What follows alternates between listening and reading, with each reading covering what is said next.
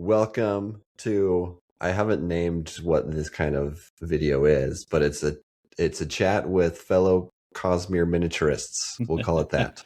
The coming together of like-minded nerds. Yes, that is what we do here. So, a few months ago, Scott and Brendan reached out to me about doing a little collaboration thing, and I was very excited. They have their own YouTube channel, which I'll give them a chance to talk about here soon. But we're finally getting down and sitting down and having this chat. So I do want to start out for all my listeners. I really love talking about wargaming in the Cosmere. And I think some of my first videos were where I was creating my own Warhammer armies that are like Alethi themed. And then that has morphed into like following the Cosmere RPG. But my true love and passion is definitely wargaming within this realm. So I was really excited to have Scott and Brendan on because they're kind of doing something similar in the 40K realm, and you have some ideas about some projects you want to do. So I am kind of familiar with the 40K lore. I haven't got any miniatures yet, but that might be in the future. We'll see. So I'm happy to have this discussion. So let's get started here. And Scott and Brendan, tell us all about your channel. What's going on over there? Hi, so we are Scott and Brendan from Neuro-Heretical Wargaming, where the stupidity is not a bug, but a feature. And somehow with that stupidity, we're still going. But we're just a bunch of friends who have decided, as a proper millennial should, to put together a YouTube channel and live streaming our 40K games just for, for people to hang out with. And about half of us, three-quarters even of the actual owners are very big Cosmere fans. So it was Brendan here that actually stumbled on your channel first. He saw your video about your plans to make your Azish army with the new Cathay. Yeah. Cathay, thank you. I don't know how I forgot him. They're so cool. But he's the one that noticed your video about the Cathay, and I was like, oh, that's really neat. And then Brendan had the idea. I already started one project, so I made a not very miniature of Stormblessed. Yes. So he kind of, Brendan over here put the dots together. It's like, hey, I know you're out of ideas, Scott. This guy, he made an entire thing of ideas. That is good. So you mentioned there's multiple of you. I watched a few of your videos and yes, I can see different people. So how many people are part of let me get it right, Neuro-Heretical Wargaming? Yeah. It's a subtle joke to us all being a little mentally ill in some way, shape, or form. There we go. Whether it be ADHD or what have you. But we have what now, Brendan? So we have 4 people that own the business part of it. Yeah, kind of the core 4. Okay. Yeah. But we got Brooke, her dad, Tim. That's 7 already. And then Bird. Don't forget Bird. Can't forget 8. Bird. So quite a few. Yeah. We've come a long way. We are approaching our 1-year anniversary of streaming. But there you go. It's been a hell of a time. It's been a lot of fun. Yeah. We're trying to learn new things every day. Yeah. But That's definitely great. want to try and do more hobby content like this, because this is a lot of fun. This is what got me into the hobby in the first place, was the hobby part of it. Yes. Yeah, it's been my wargaming journey. I started just wanting to play the games. I loved playing Warhammer. And now a lot of my time I love the hobby side of it. And that's where I'm kind of building my Aegis. You mentioned that army. I have 2 guys done, okay? Ooh. For the Aegis army. They're coming together. Okay, that's coming out great. Oh, the color. Yeah, it looks really good. Yes, the color palette. So, anyway, I have 8 more of those guys, and then I have more ideas. But I'm excited about it. So, this is great. So, you have your channel, and so you saw that I kind of do Cosmere miniature stuff, and you have Kaladin Stormbreast, the Imperial Radiant Knight. So why did you initially reach out, and what is kind of our intent today? What do we want to do today?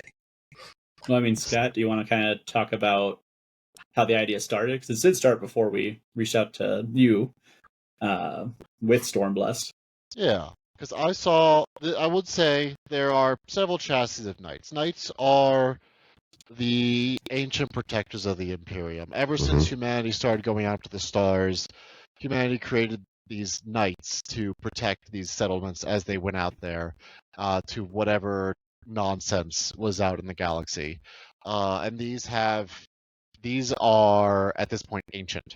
They're thousands and thousands of years old, passed down from generation to generation. And there's several different chassis of them, but I like the Cerastus, otherwise known as the Lanky Boy.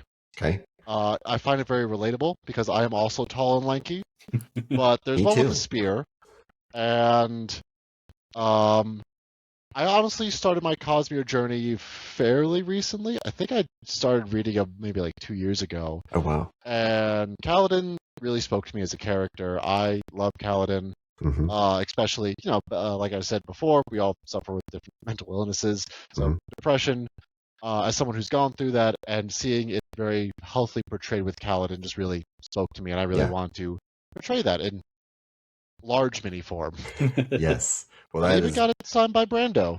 That is beautifully painted. Nice little touch. When did he sign it? When did he get to sign it? This was at Dragonsteel Nexus 24. 24. Jonathan, one of the other channel owners, and I went out to Salt Lake City for the release of Wind and Truth. And I was like, you know what? There's a chance. Maybe I'll get this signed. Let's see what happens. Did you enter it into a painting competition there? I did. Entered a painting competition. It was the first time I've ever actually entered a painting competition before, so it was nice to get it like scored and everything. Yeah. To see like where to improve and whatnot. So one of the things that they recommended I improve on was like my object source lighting. Really get that. Oh yes. Really get that effect of lighting. Yeah, I did pretty well. I didn't win, but I was a fan favorite. People were really happy to see it. They just thought it was fun, and I was happy that people liked it. So a little validation goes a long way. I will say it did inadvertently spoil part of Rhythm of War for me when he did that, because he was like, "Oh, one of the judges posted it on Instagram," so I looked it up. And it had some other stuff, and there was a thing from the end of Rhythm of War that got painted, and I was like, "Oh, no. That's great! Thanks, Scott." I'm very good at that. That's a good point. We should say, what kind of spoilers are we going in? Are we allowed to go into today? Can we go into Wind and Truth?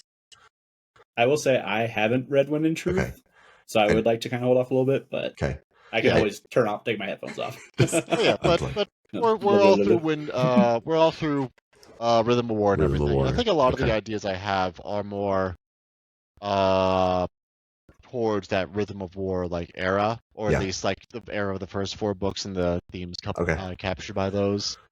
That works. Yeah. So I love it. So I wish. I mean, last year I wanted to go to Nexus. I haven't been ever yet, but I saw they were doing a painting competition. I was like, oh man, I would love to submit my Tress. Sinking of Tress as the diorama, but we'll see if I end up going out there. It's across the country from me.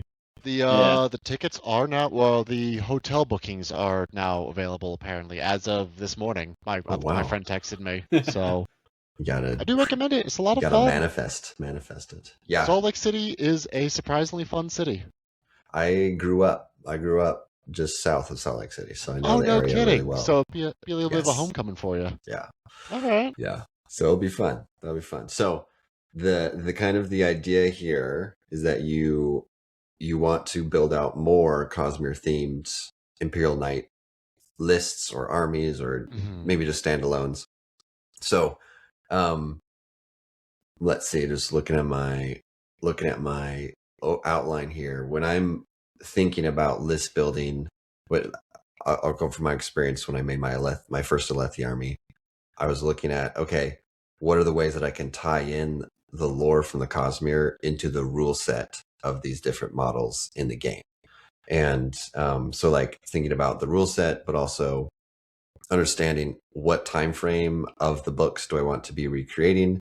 How do I want to base it? Do I want to add glyphs? And especially with Stormlight, like adding glyphs makes it really recognizable for people. I mean, Scott, you're wearing the bridge. Is that the bridge 4? It's bridge 4. I had to represent. You had to. So, and I think the 40K lists will become more narrative, or become more lore friendly as Brandon gets into the space age type stuff that he's talking about. So I think you guys are ahead of the curve here and already starting to build that kind of stuff out. Because I mean, this is just hyperbole, but imagine some super mech robot that's decked out like Kaladin, and it's like they call him Stormblessed as like a memento to Kaladin. You know, it's like it's totally possible. Brandon could totally do it. So, anyways, so let's dive in and talk about some of the different things. You mentioned three projects you wanted to do. Let's start with the first one of Dalinar. So, the first question I have for you guys: will this be the Blackthorn Dalinar, or High Prince of War Dalinar, or will it be the Bondsmith Dalinar? So, personally for me, I was thinking the Blackthorn Dalinar. That is where he is... Well, I mean, he's always a force of nature, right? But that is where he is... I feel like he really kind of fits with the 40k aesthetic, where everything is bad. There's no good side in the 40k universe. There's no good side in the 40k universe, and this is definitely like Dalinar at what he thinks is his height, but also is his lowest. Yeah. Where he has this glory from these terrible acts, from this slaughter that he has to do for the Alethi Empire. So I thought that aesthetic kind of fit with the Knights in general, because everything is bad in 40k. Also because I have probably about 2 or 3 brain cells. There is... Okay, well, I don't want to spoil it yet, but there wasn't one knight I had in mind for it. That is a little bit of a sick joke, but you know. It's a little on the nose, some would say. a little on the nose. But the one I was thinking is called a Cerastus Knight Acheron. So the same chassis, same lanky. Okay. I was able to pick it up for Black Friday. But these are... In the lower 40k, these are going where the fighting is the most fierce. Yeah. This are... The people that pilot these knights are either incredibly troubled or incredibly honor-bound, which, learning more about that, like they know that they have to be this force of destruction because that is what their people need. That is what honor demands. Also, it has a giant flamethrower, so the 3 brain cells going together for that. That is, yes. What was the rift, right? Is just yes. that would fit really nicely. So it's funny you mentioned the knight. The guy has to be like, they're doing it for honor, and that's a huge theme of the Stormlight Archive. Is that like a big connection point for you, or what do you think? I want to say it's a connection point, because honor is a very interesting theme, which, not without going too far into like Wind and Truth, not to spoil or anything, but Aelin starts seeing that, where is this honor actually like getting us? Like, sure, it's good to be honorable and everything, but it's just leading to the death of his mother, is leading to all this war and bloodshed. And that's why that's what the interesting part about this was for me, with them wanting to be the honorable ones, but they are the ones that are reaping the most destruction. That's and that's really where Dalinar like made his name for himself, and really where what was also his ultimate undoing was that drive for honor, making him more of a force than a person. Yeah, that's interesting. So how does the... Let me make sure I get it. Cerastus Knight Cerastus Knight Archeon.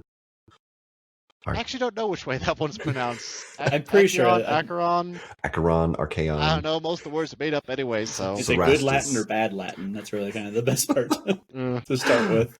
All right. So what are the kind of the stats? You mentioned it has a big flamethrower. It's in the fight. Like, is it the biggest one you can get on the tabletop? Like, what do you think? It is one of the biggest, more melee-oriented ones. There are bigger knight chassis, but they are meant for like standing back and making sure everything no longer exists. Yes. From a It distance. is one of the biggest you can actually get in plastic right now. Okay. The rest are That's like resin and are the Are those size like of a from small Forge child. World? Like the Yeah. Forge World ones? Yeah, that's the other sticky point too. Is that I get paid decently well, but there's only so much money in the bank account. So Yes, that is the limiting factor. It's good that it's the limiting factor. Otherwise, we would have way too much. Yeah, but let me pull up the stats itself. So in the game of 40K, there are for your audience, how much do we assume they know about like wargaming in general? Most of them are Cosmere miniature people who are just getting into it. So I would say very minimum. I would start from the beginning. How 40K kind of does how their statistics works is through at least for how like tough something is very on the nose naming of toughness, on the nose naming of an armor save. So how like resolute your armor is, your toughness is how stout you are, how much you can like knock off a hit or something. It's like if we're coming from like a more RPG focus, it's kind of like your Constitution. Yeah. For more Dungeons and Dragons esque. So a regular dude in the 40K world, so just a little guy, just like regular human, they would have a toughness of like 3. Yep. This thing has a toughness of 11. So it can shirk off a lot of hits. You need to bring the big guns to bring this thing down. As a save of 3 up, which is pretty good. It's gonna be bouncing off a lot of hits. If anything, it is able to actually like scratch the paint, and then it has 28 wounds. So that his hit points is 28, which is a lot to chew through. So all in all, this thing is just beefy. It's tanky, It's which very is tanky. what Blackthorn was, right? As you went through those stats, it reminds me of my Blackthorn that I'm making for my Neuro-Heretical Army. I'm theming it. I'm using the Khorne rules from Age of Sigmar just to be like bloodthirsty Alethi. Like I freaking love what I'm making so far. I'm excited to show it. But Blackthorn, I'm using him as Scarbrand, which is like the Demon Prince or whatever, and like he's like has a big base, but he just like chews through stuff, does so much damage. The only missing piece is that he can die pretty fast. He has like a 4-up save and then a 5-up ward save. And doesn't have that many wounds, but it's like the closest model I could get to being like this thing will just kill stuff really fast. Oh yeah, yeah, and Scarbrand does that very well. Scarbrand decides to transcend space and time because demons do weird physics stuff. But Scarbrand is also very on the nose because he's also just like a force of nature. He is just violence manifest. Yeah. That's good. So what's the cost in points? Is it I guess what's the cost in points and how much of your army would be used up by this model? So points wise, regular game of Warhammer 40K, you can do about 2,000 points, right? Well, do 2,000 points. You can do lower, you can do higher, but standard game that we play is like 2,000. He is worth he would be worth 395 points, so a solid fifth of the entire army. But the other nice thing about knights is that one of the other rules that knights have is that they can just be plugged into any other Imperial army. Oh. So that is one of the nice things why I went with Stormblast is like, I can just get one. I don't need to commit to getting the rest of them before I can actually use them. I just can just plug and play with anybody because they just show up to save the day. Yes. In proper 40K fashion. Yes. So about a fifth of the army could be used up by this guy. I like that. So if once you assemble him, paint him up, how are you going to make him Blackthorn-esque? What are your ideas for that? So I feel like there's a couple things that really is important about Blackthorn. One of the things that you see a little bit in his flashback scenes and what he teaches his son is about momentum. It's about that constant movement. Momentum. And these sets are incredibly posable. You can pose them in every joint on this that looks like a joint is an actual joint that you can pivot to however you need to. That's great. So you can. I was thinking I want to try and make him like fully just full tilt, running in there, right? And I feel like the other important part about Dalinar with his shard plate is that it's just so plain. Yes, the Doesn't slate dress it up. gray. Yeah. He's a simple man, not too flashy, which makes you wonder how Aelin got his fashion sense, but but Dalinar very plain. So what I'm thinking is just full tilt, just leaning forward, running right at the enemy. Hmm. Very plain armor for the actual plating for the armor. So I can show it a little bit on Stormblessed here, Yeah. where all these are built with like an under chassis. Yes. But that under chassis is then just plated with various plates. So keep those a very just pristine silver though, because I feel like he wouldn't be flashy, but he would at least want to make sure he's well put together. What about battle damage? Are you going to do battle damage or like right before he gets into battle?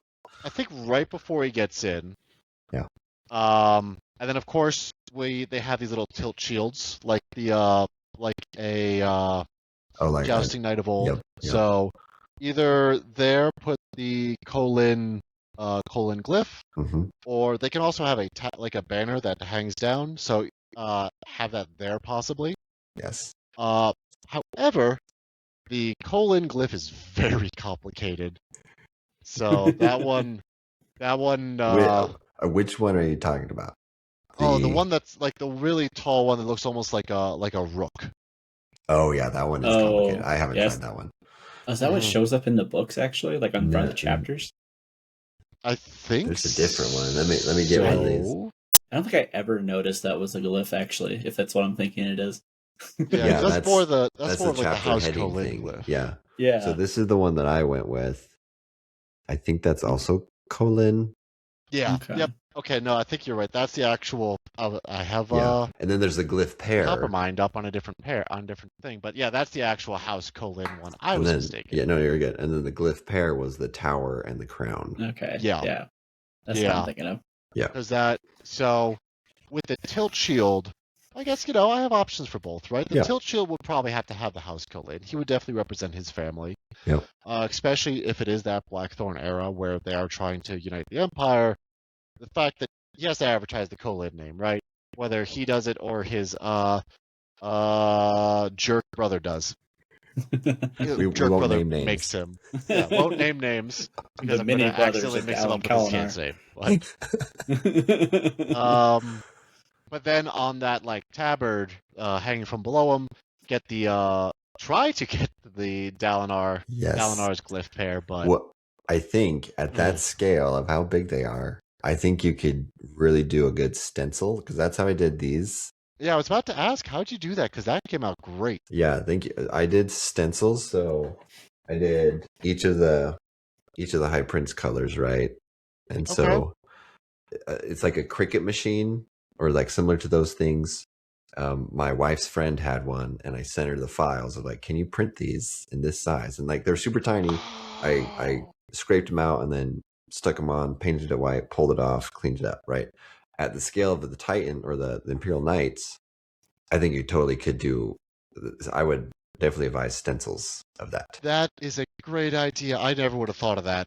There we go. That's a really good idea. If we learn nothing else from this, use stencils on Imperial Knights. The power of Cricut. The power of Cricut. My mother got a Cricut machine, and it shows. It's just she has it set up in her little office area, and you just see stickers emanating out. It's almost like a blast where the highest concentration is closest to the Cricut. It just gets more and more dispersed the further away you get from it. Right. It's there. That would be, highly recommend it. So with Blackthorn, are you going to do Thrill Enraged Blackthorn?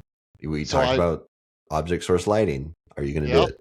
There's a reason why. Yeah. I think I'm going to try to do the Thrill for that pure fact. I really want to try to challenge myself to get that object source lighting, get that deep red glow. Yes. Because there's this one art piece from the RPG books, for those of you who haven't seen it yet, but Dalinar is horrifying in it, where you see just fully enthralled by that power, and it's oozing from even the pores of his shard plate and everything.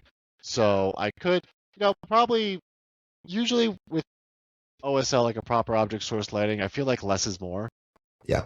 Because I think that was my problem. I think I took that too much to heart. I went a little too less. That needed a little bit more. Yeah. But what I'm thinking is like really get like the glow in the eyes and everything, and maybe go from there. Maybe like because there's like vents and whatnot on this, so maybe have the vents The glowing, vents trying to glow red and everything too. Yep. I had a thought is that I found this guy who does LEDs in miniatures. Like that's all he does.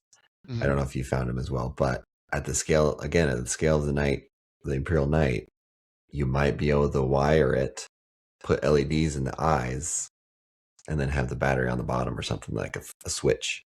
Okay. I think we do actually have a local guy that has done that in Knight size. I think Bird might have even done a little bit in one of his Knights, I thought. Yeah. I could be wrong. I don't know if that's for the record, his cheating. nickname's Bird, but do they allow that in painting competitions? I don't know. I think the one that really does it in our group, I think he's entered them before, but I could be wrong. Yeah, he has. Because the guy in our community that really does it, he just shows off with it. Like, even the smallest guys, like, I'm going to make it light up. It's like, what do you mean? Yeah, when I first saw it, I was like, oh, could I do that to these Cosmere minis? But I'm like, I hardly have time to paint them. There's no way I'm going to drill into them. And anyway. I think he's like retired. I think he's retired military, so he has a lot of free time. There you go. Fully, that's his like niche. He just loves wiring things up and just showing off with that. So that narrows it down. Our community so little, though. That's at least half the guys at the shop. Retired army people with time. Where we are in Colorado, there's a lot of retired military, so most of our shop is like those guys. We're pretty close. And this hobby seems to attract. It seems to attract those kind of people. Oh yeah, which is great. Yeah. It's great. Okay, so I like it. Blackthorn. I think that's a great plan there. So let's go to the next one. Zeth Zun Fulano, Truthless of Shinovar, who of course is going to be wearing white as he's piloting. Oh yes. Same chassis, Castigator Knight. But this, Saras's pattern, but this is the Castigator. So, Castigator, these knights were deployed to fronts where there's just hordes of lesser enemies. Mm-hmm. So, just reading the lore on this made me really think of that, just the first scene of Way Kings that just hooks you right in, where there's all these people trying to defend the palace, and here's a guy with literal superpowers. Good luck, everybody. And he just rips through them. Yeah. Obviously, he's a good boy now. He's working on being a good boy, so not that anymore. Mm-hmm. But the other part of it is that, surprisingly enough, I think it's the only knight chassis with like an honest to Stormfather sword. Because I think it is, right? Isn't it, Brendan? I think it's the only one with a power sword. Everything else has a chain sword, which for everyone at home is not familiar with 40k. One of the main melee weapons they have is a chain sword, which is kind of what it says on the tin. It is a sword that has a chainsaw on it, including these big knights. Still have these. I just love like thinking about like the physics of a chainsword. I'm like, that is the stupidest weapon, but I'm so glad it's there.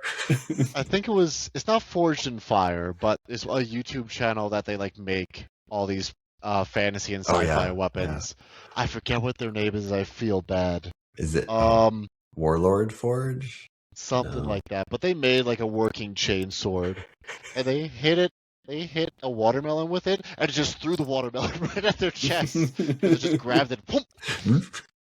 If that's the intent.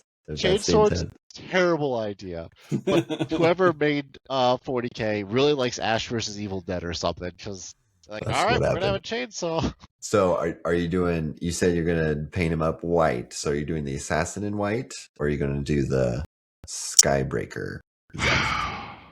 So I'm of two minds about that. So the one thing I'm poking at with the sword itself is that my favorite buddy cop duo is Zeth and Nightblood. Yeah, because I really want to get Nightblood.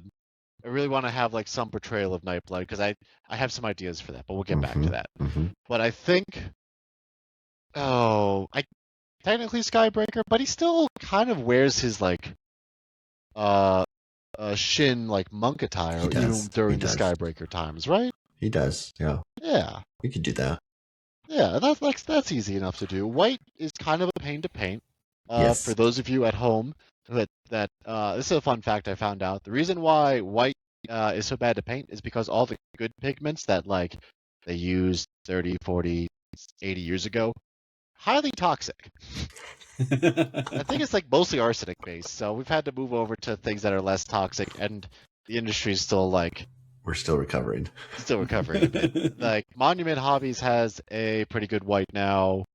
I've heard but that one is good. But you can get a lot of bad white paints because all the still trying to figure out how to make good white that doesn't slowly kill you.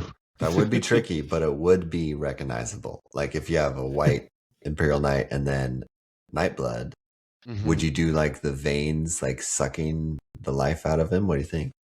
I do like that idea. I hadn't thought about that part yet. So the one thing I was thinking about was how he just kind of oozes darkness. Right? Oh yes, the sword itself. Tyrannid, you see this effect a lot with Tyrannids, where they get that they do. I think it's almost like hot glue that they use to make like the drool coming down from their mouth. Or I did that for some Pershendi gore. Yes, I know what you're talking about. Yeah, but what I'm thinking is get the sword and just have it dripping that, and then they have like an actual market version of Vantablack. Okay. That's not like terribly expensive. It's like expensive. It's like $20 for a little bottle. But what I'm thinking is get like that dripping effect hitting the ground and everything, and then just paint with Vantablack so it just looks unsettling, like Nightblood should, as he's going out to destroy evil. So would Vantablack make it like oozing and like what's the effect you would get? Oh, sorry. So Vantablack is like the darkest. I think there might be a darker one now, but it's one of the blackest of black paints on the market. Oh, okay. So it just doesn't reflect any light. Ooh. So I don't know if you ever. There's one famous picture where they painted an apple, like half of an apple with it. Oh, I think I know what you're talking about. And it looks almost just like a dead spot on the camera. It just looks like dead pixels. It's That's like interesting. Really weird to look at, which I feel like really helps capture Nightblood because he is that just pitch blackness. He's just consuming the light around him. Man, the more I think about it, I think this will be the hardest painting challenge. Like you've got white Zeth. Mm-hmm. That's hard. You've got Nightblood. It's a sword, but you need it to look like a sword while still being Nightblood. That's gonna be tough, man. That's gonna be tough. But that's gonna be a fun one. I've never used Vantablack before, so I don't actually know how difficult it is to use. I've seen a couple people on like Reddit make some pretty neat effects with it, though. Okay. So how hard can it be? Having painted black and white like recently, it is an interesting challenge in trying to not cross over. Like any little twitch can just ruin it. Yeah.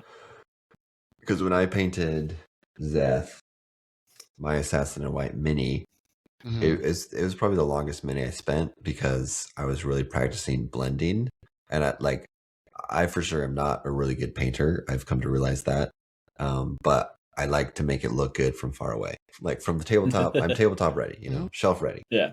But don't listen to him, everybody. He was just showing us his Asians, and they look great. Yeah, it looked really good. I don't know what you're talking about. Thanks. But with Zeth, I started with gray, and then I built up. And I think I only used white, like a few highlights, right? So it's like, how can you do the highlights just right so it doesn't look just like a pasty white, but it's like a natural, I don't know. Yeah, and it's like, I feel, oddly enough, it's one of those things where for white, it gets harder the bigger you scale it up. Yeah. To try to get those proper like shadings to it, because white's so weird to try and shade. Because you do want to start with like that gray is my understanding of it. Because I have like a little bit of white on Stormblessed here. Like we have the shoulder, like some of the shoulder pads, because I wanted to get the Bridge 4 colors. But that was one of the other things that I wasn't super happy with was my white shading. So I feel like why not just overdo it and make an entire white miniature to really try to learn how to properly do that skill. Yeah. And I think you'll have the armor trim and stuff that you don't have to do white, but it can help break up those white sections. Yeah, because that's the other thing is like an all white mini can look very boring. It needs some kind of like color to make it pop. Yeah. I like it. And maybe you could do the Skybreaker glyph somewhere. Oh yeah, because I mean he doesn't really have his own glyph, and I don't I don't think think he does. Shinovar has. Do the countries have their own glyphs? I don't actually know that answer. I don't know. I don't. I mean, glyphs are very a Vorin thing, like the Vorin religion. Oh, that's fair. That's fair. So he's allowed to read, so he wouldn't have a glyph. So that would make enough sense. Yes. But yeah, but I guess the closest thing then would be the Skybreaker glyph itself. Yeah. For that kind of tilt shield to kind of show his allegiance. Yeah, I like it. So wrapping up Zeth. You mentioned that Imperial Knight is brought in to kind of just annihilate lesser beings, like just destroy a bunch of stuff. So what is that knight's cost in points? That one, let's bring it up.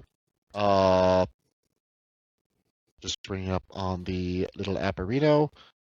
Actually, same points. Also 395. I can see that. Blackthorn going toe to toe with Zeth.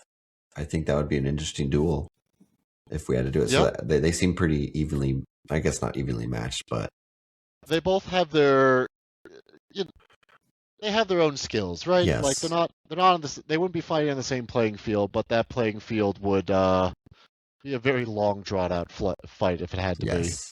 So you've got those 2 points. That's almost half the 2,000 point value.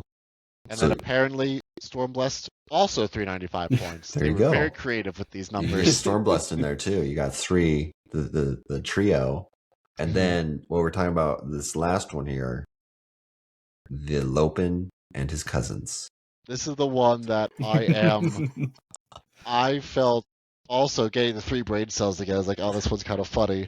But this is the one I'm also kind of stumped on. Okay. So tell me about Lopin. Every corner there's a cousin. Apparently, that's just how they refer to other Herdazians. But yeah, Lopin and his billion cousins, or as I have it on the whiteboard, Lopin and the boys. Lopin and the boys. Yes. But there is a smaller chassis of knight that I actually don't own any of yet, called an Armiger. So Armigers are kind of like the squires for the big knights. They are learning how to pilot these giant war machines, how to follow these ideals that these knights live up to, with these chivalric oaths. But that's the other thing is that, you still, with 3 models, we have 1,200 points of my 2,000. I still need people to actually play the game for me. There's like you need people to boots on the ground to take objectives. Oh, there you go. Yeah, Brendan. Yeah, there we go. So I have 2 technically.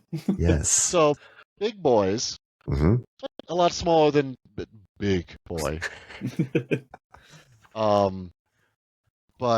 But yeah, for what I was thinking with that, it's like, well, you still need these guys to play the mission. You still need to be able to actually go around and do the individual things, because I can't be wasting Stormblessed time holding my home objective or having to go off into the corner of the board to go do a random action. You can only do so many things. Even in the books, he can only be so many places. That's very lore accurate. That is very lore accurate, actually. He's trying to learn to be better, that he cannot be everywhere at once, and that he's only one person. So we need to support him with the Lopin and the boys. I mean, you could call him Bridge 4, like the Squires, Bridge 4 when Calendar. Because, I mean, you could take it many directions there of these Squires kind of fill in the gaps where you need them. Because if you want to put all 3 of the big guys on the table, or if you just want to do Kaladin and just a host of Squires, like that's the option there. So how many do you think you'll get? Ooh, because they are, what are they these days, Brendan? Like 150 points-ish? Oh, let me check. I'm not actually sure. I know, so theoretically, I think you can run up to 6 of each. So hypothetically, if you had a large enough point, you could run like 12 of them. Ooh. It's a lot of cousins. It's a lot of cousins. Did you go over the Bond abilities at all? Oh, yeah. I'm sorry. So every different knight, they're training up these Armigers, these little baby knights is what they're colloquially called. So they have different bondsman abilities for what their tutelage looks like. Ooh. Um, Bond, that's very lore accurate. Okay, tell me more. so for Stormblessed himself, his is called.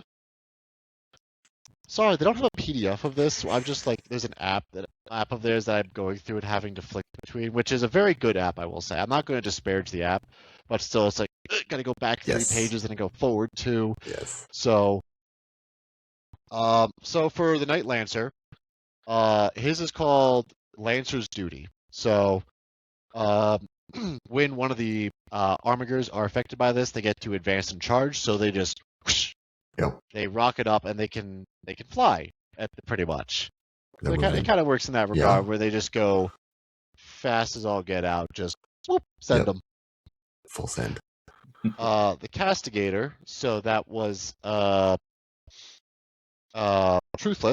Mhm. His is while this model is affected by this ability, its ranged weapons have sustained hits, so whenever you roll a 6, it counts as an additional hit. They do so more damage. That one doesn't really work as much with the lore. Yeah. Sometimes, there's sometimes you have to make concessions because there's only so much I can get these archetypes to fit. Yes. Yes. But I did also notice that his other ability is whenever he attacks somebody, they will cower and become less accurate. So that also kind of exemplifies Seth Truthless with his just being Yes. just a terror, where he is one of the most feared people on Roshar for a very long time. I like that one. Make him And cower. then let's see, for the Acheron, their ability That's a Blackthorn. is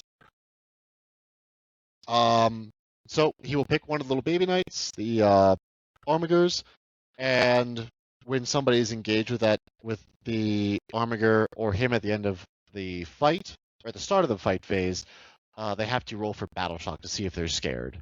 Which that one leans into it. That leans into it. This is the Blackthorn. Oh no. Yes. Oh no. Yes. So that one really fits well with it. I like that. I mean, what I'm thinking is the Armigers. What I like to have in my Warhammer armies is flexibility in my lists. So, like, depending on my mood or depending on what kind of game I'm going up, I can pull in and out. So, I think having your 3 big boys and then having enough Armigers to be like, I can do 1 big boy and all Armigers, or I can do all 3 and a few Armigers. I think that makes sense to me. Could you have a whole army of these Lopen and his boys? Oh, you could. You definitely could. It's because you can have 6 of each. Because there's 2 different chassis, 2 different versions of them. You can have 6 of each. 12. So what's 140 times 12? That's. We should know. 1680. 1680. So you probably still have to bring a big knight. You'd have to bring a big knight. You have to bring a big knight, but you still get that's a lot of cousins still. That is a lot of cousins. I mean, there is always Chaos Knights that have access to a 3rd chassis too. I think that was the meta for them for a while. Was actually just a lot of these small knights. So that brings us to the question: are you going Chaos route or Imperial route?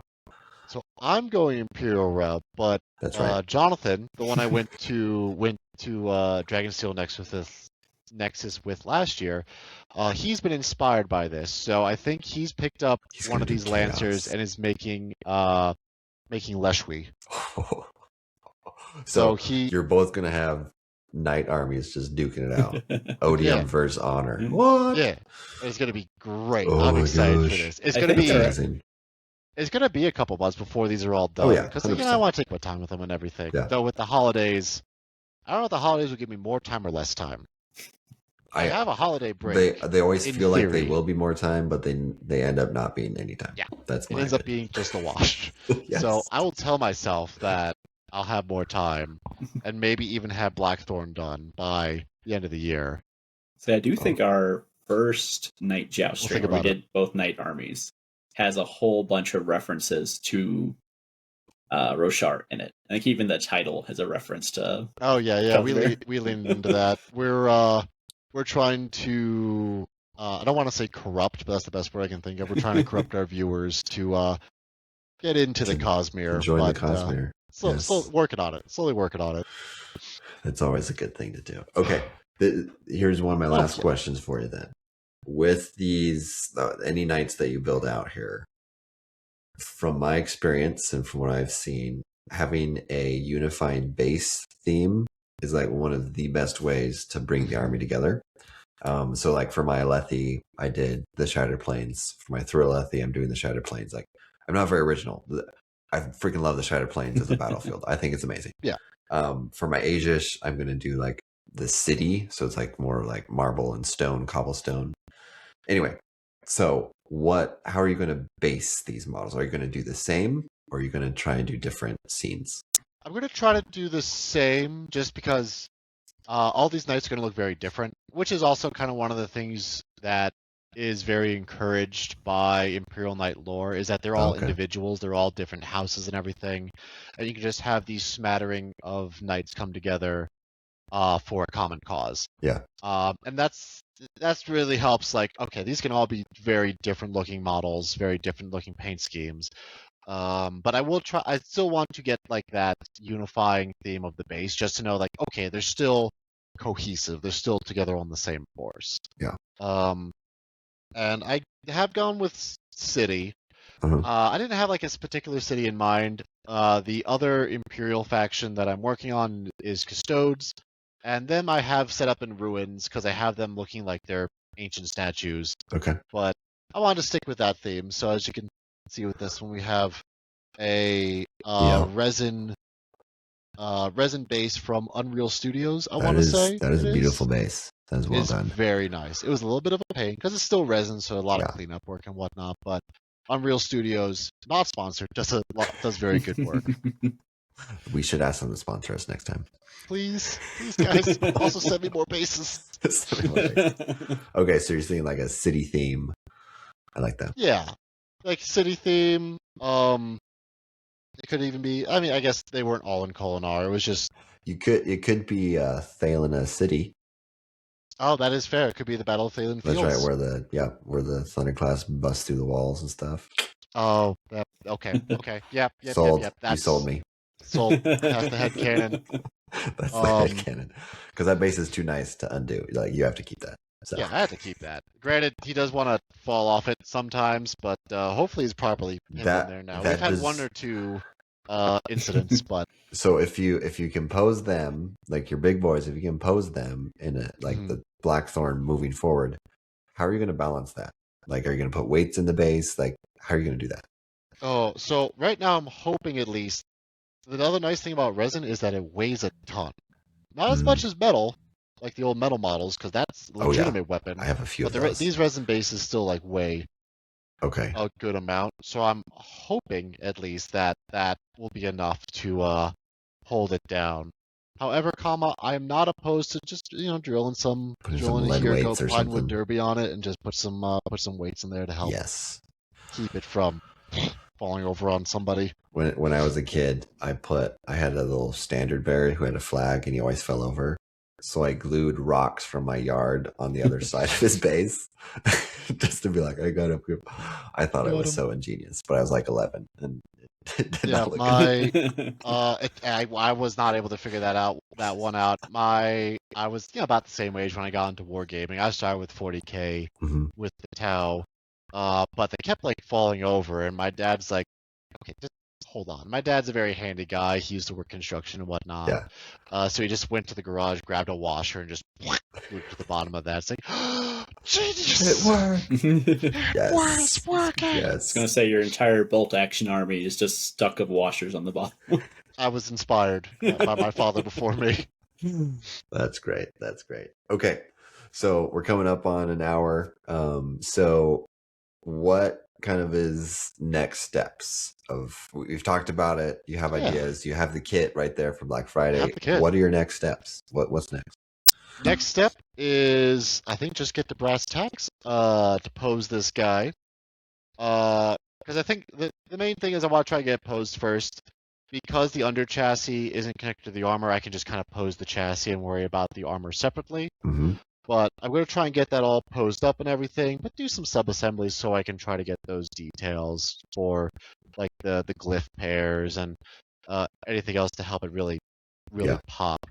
Though this one will be a bit more simple painting-wise.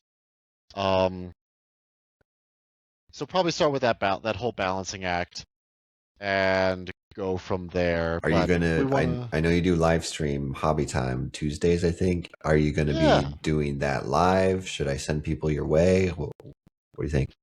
So I will say Brendan has the camera right now, but we could trade cameras. Yeah, that's true. Trade cameras. So I mostly do the Hobby Tuesday. Okay. So we could potentially do it. It's kind of up to Scott, really. If you want to try and do like a pre-recorded, I'd be more than happy to try and edit it. Yeah, we're like I said, we're trying to get into more hobby content. So what that looks like, we're still trying to figure out. I definitely will try to work on this on some Tuesdays. Steal Brendan's camera for a bit to kind of show off how it's coming along.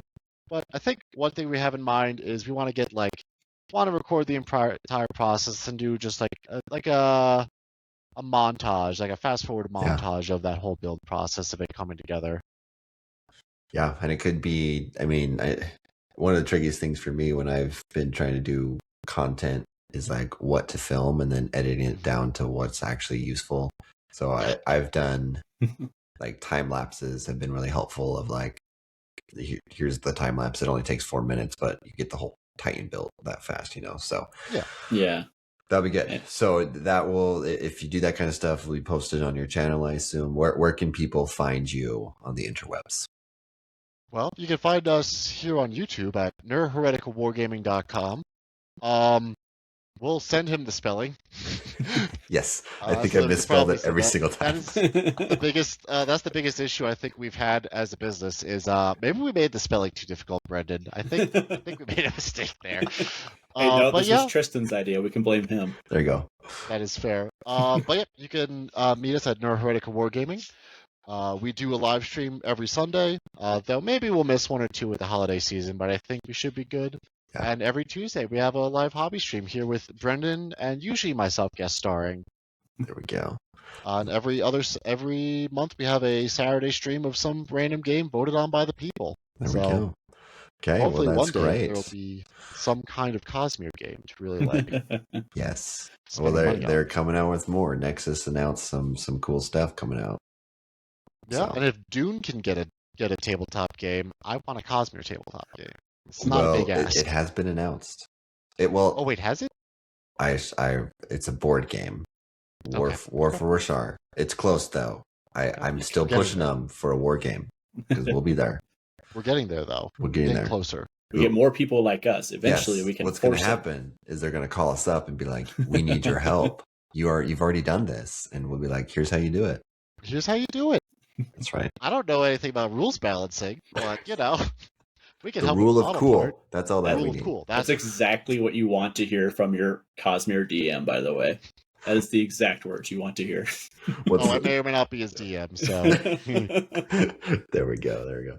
All right. Well, thank you, Scott and Brendan. It was fantastic meeting you and chatting. I guess you guys can say bye. Everybody, pleasure meeting you. And thank you, Josh, for hosting us. Yes, it's been a pleasure. It's been great.